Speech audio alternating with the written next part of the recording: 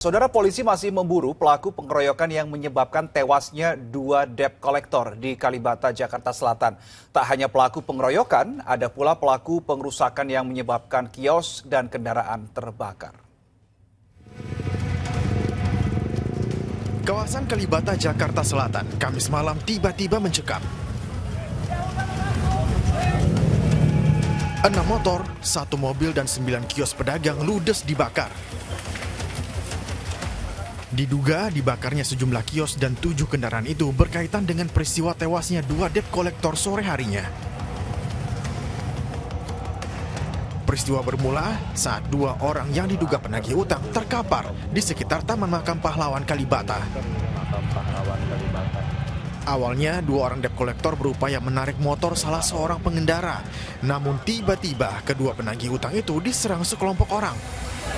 Abang-abang senior, petir, tolong.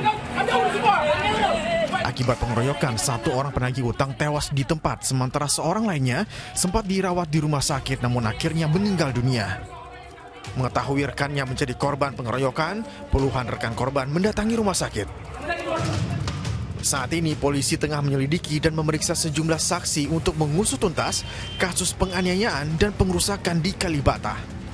Ada dua perkara, yaitu yang pertama perkara penganiayaan atau pengeroyokan yang menyebabkan matinya tersangka dan luka berat, dan yang kedua adalah pengerusakan. Kedua perkara ini kami akan tangani secara profesional. Kasus ini masih dalam penyelidikan.